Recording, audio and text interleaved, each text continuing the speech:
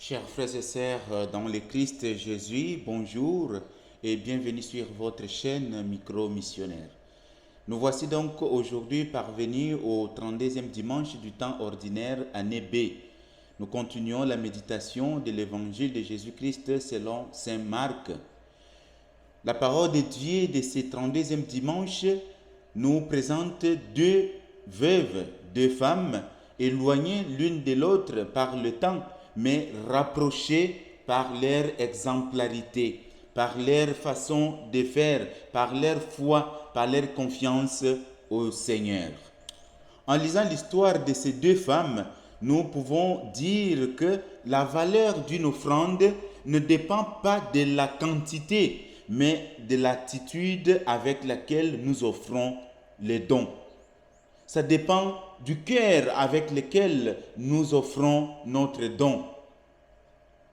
En plus, donner, ce n'est pas question de l'avoir, ce n'est pas question d'être riche, mais il est question de l'amour. Il est question de l'amour, il est question de la foi. Plus que tu es disposé à donner, plus que tu es disposé à partager, plus Dieu te bénit. Plus tu reçois davantage. Comme on dit que la main qui donne, c'est la main qui reçoit. Dieu bénit ceux qui donnent avec joie. Plusieurs fois, chers frères et sœurs, nous sommes résistants à partager, nous sommes résistants à donner. Oui, le monde dans lequel nous nous trouvons, c'est un monde évolué, comme disent les gens. C'est un monde c'est un monde de budget, c'est un monde de calcul. On pense d'abord, on réfléchit avant de donner, avant de faire quoi que ce soit. Oui, c'est vrai, on doit réfléchir, on ne doit pas dilapider les biens, on ne doit pas gaspiller les biens. En donnant, qu'est-ce qu'on dit? Qu'est-ce que j'aurai en retour? Le monde d'aujourd'hui, c'est un monde de bénéfices et encore bénéfices matériels. Qu'est-ce que j'aurai? Je donne ça pour recevoir quoi en retour? Mais la veuve dont nous parle la première lecture et celle de l'évangile nous apprennent que pour donner à Dieu, il n'y a pas de calcul à faire. Pour s'offrir même soi-même à Dieu, il n'y a pas de calcul à faire. Maintenant, on parle du don matériel, mais il y a aussi le don de soi qui intervient. Quand on se met au service de Dieu, est-ce qu'on calcule les bénéfices qu'on aura en retour? Non, il ne faut pas calculer les bénéfices. Regarde les dons que tu te donnes toi-même. C'est ça ce qui plaît à Dieu. Ce qui plaît à Dieu, c'est le don de soi. Oui, chers frères et sœurs, ce que nous donnons à Dieu, c'est ce que lui-même nous a donné. Une offrande donnée à Dieu, c'est une reconnaissance de la créature envers son Créateur. Il n'y a rien de notre intérêt. Ce n'est qu'une reconnaissance envers notre Créateur. Chers frères et sœurs, dans le Christ, comprenons bien cette parole. Il ne s'agit pas, oui, il y a ça aussi, cette dimension du dépouillement physique, mais il est plutôt question du dépouillement intérieur. Du dépouillement intérieur. Avoir ce cœur ouvert qui sait comment partager, non seulement avec les gens de ma maison, mais partager aussi avec les étrangers, partager avec les personnes peut-être qui ne vont pas me donner en retour. C'est ça le vrai don.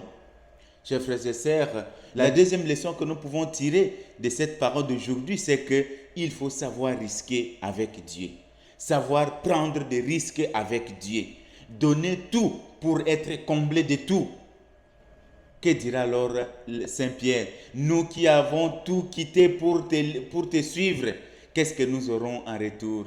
Alors Jésus dira, quiconque aura laissé père, mère, enfant, parents, parcelles, et je ne sais pas moi quoi, champ, à cause de mon nom, recevra bien davantage et aura la vie éternelle.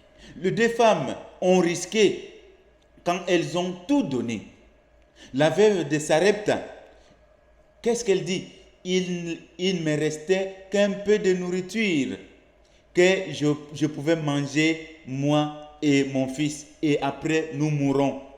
La veuve de l'évangile, c'est Jésus lui-même qui témoigne. Il dit qu'elle a donné tout ce qu'elle avait pour vivre. Chers frères et sœurs, n'ayez pas peur de risquer avec Dieu.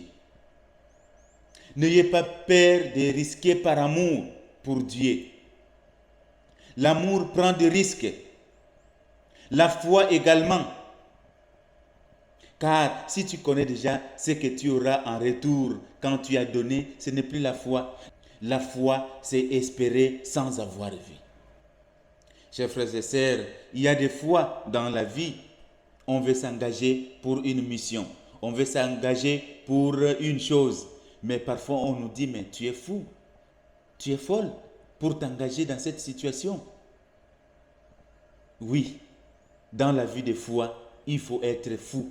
Il faut être folle quelquefois. Il faut risquer. Mais on ne risque pas pour rien. On risque par amour pour Dieu. Et quand tu risques par amour pour Dieu, Dieu ne va jamais t'abandonner. Dieu va toujours te bénir. Dieu va toujours t'assister parce qu'il sait que tu ne le fais pas pour toi, mais tu le fais pour lui. Et oui, chers frères et sœurs, risquons avec Dieu. Risquer par amour, risquer avec Dieu n'est jamais une perte. La sollicitude de Dieu est là, chers frères et sœurs. La sollicitude de Dieu est là. L'amour de Dieu est là. L'amour, l'affection de Dieu est là pour tous ceux qui comptent sur lui. Dieu ne se trompe pas dans ses promesses. Les promesses de Dieu sont irréversibles. Ainsi dit Élie dans la première lecture. Jarre de farine ne s'épuisera pas. Vase d'huile ne se videra jamais. Voilà les promesses de Dieu. Et la veuve de Sarepta en a fait l'expérience. La veuve de l'évangile aussi en a fait l'expérience parce qu'elle a donné tout ce qu'elle avait pour vivre. Donnez avec joie et vous serez bénis. Bon dimanche à tous.